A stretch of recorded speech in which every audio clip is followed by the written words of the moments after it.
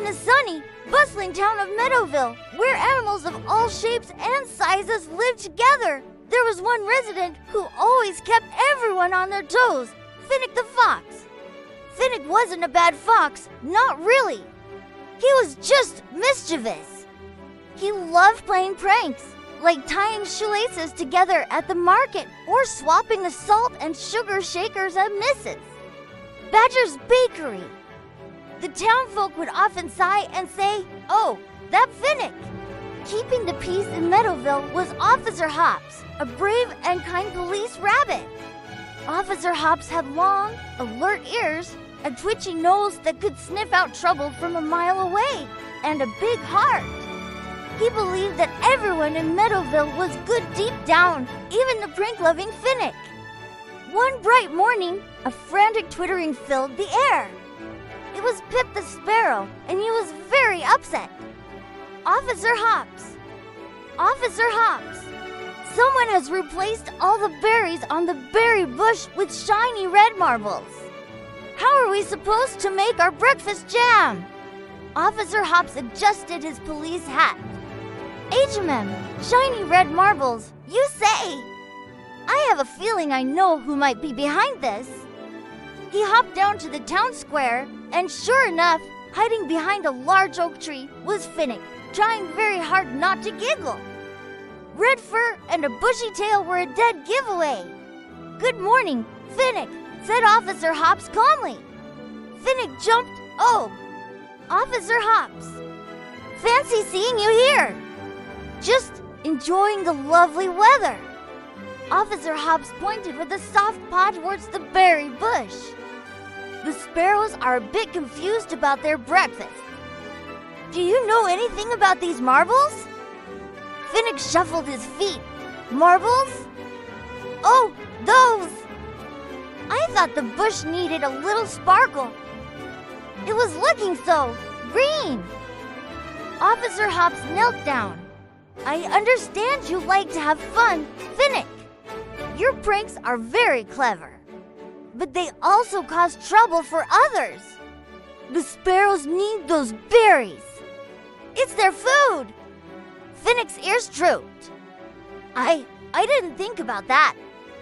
I just thought it would be funny." "Being part of a community means we have to think about each other," Officer Hops said gently. "How about you help me put the marbles away, and then we can help the sparrows find some new berries?" Finnick hesitated, then nodded. Together, they collected all the shiny marbles.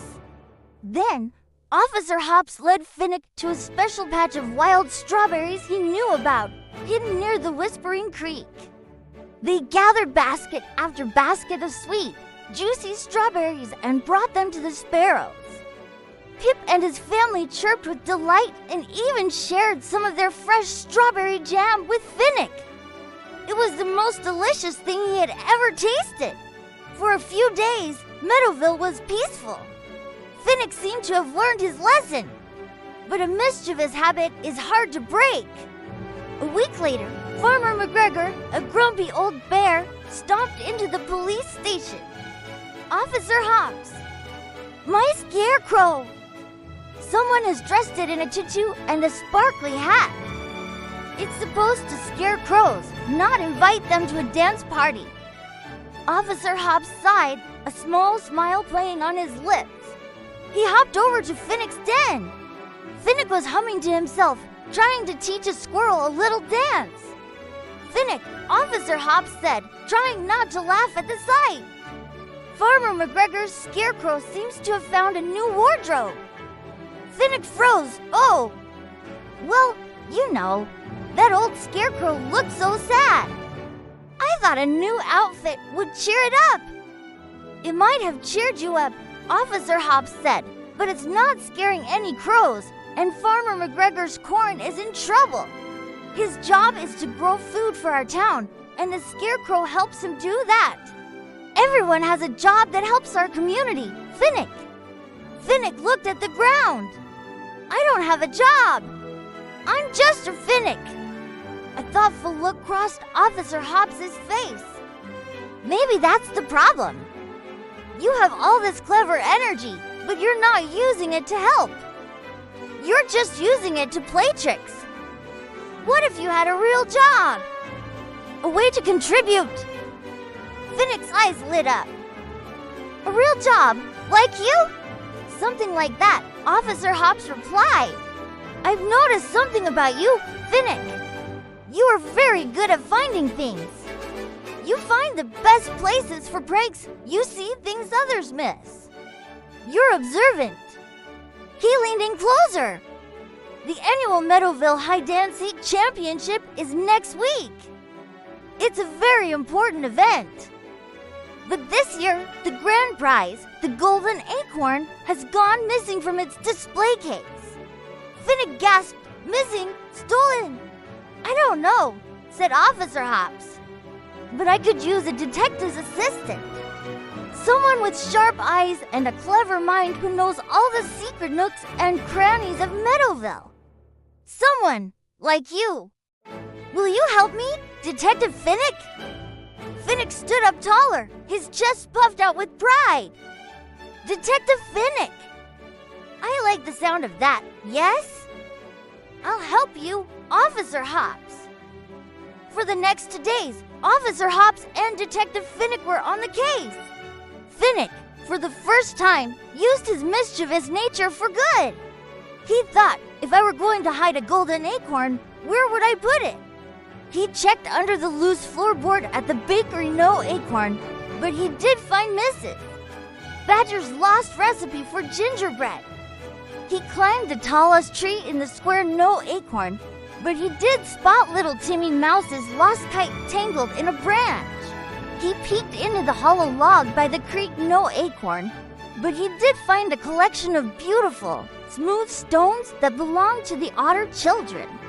With each discovery, Finnick felt a new kind of happiness. It wasn't the quick laugh of a prank, but a warm, steady glow. He returned the recipe to a grateful Mrs. Badger rescued the kite for a cheering Timmy Mouse and brought the stones back to the delighted otter pups. The townsfolk weren't sighing, "Oh, that Finnick," anymore. They were saying, "Thank you, Finnick."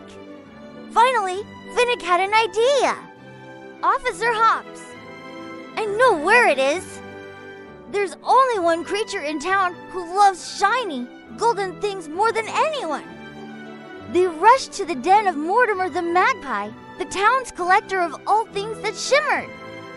And there, right in the middle of a nest decorated with bottle caps and shiny foil, sat the golden acorn. Mortimer squawked nervously. I was just polishing it. Keeping it safe? Officer Hops retrieved the acorn gently. Mortimer, we must ask before we borrow things. But thank you for keeping it so shiny. The day of the Hide-and-Seek Championship arrived. Officer Hops stood before the whole town and placed the golden acorn on its pedestal. And he announced, I would like to thank my new partner for his brilliant detective work in finding our missing prize. Please give a round of applause for Detective Finnick. The entire town of Meadowville cheered.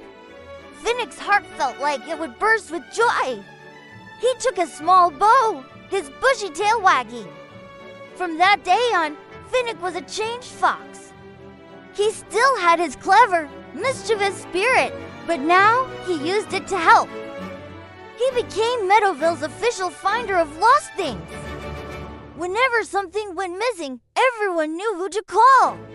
Finnick learned that being a good member of the community wasn't about being perfect. It was about using your unique talents to make things a little better for everyone. And Officer Hops would often watch him, a proud smile on his face, knowing that sometimes a little kindness and a chance to help are all anyone needs to find their true place in the world.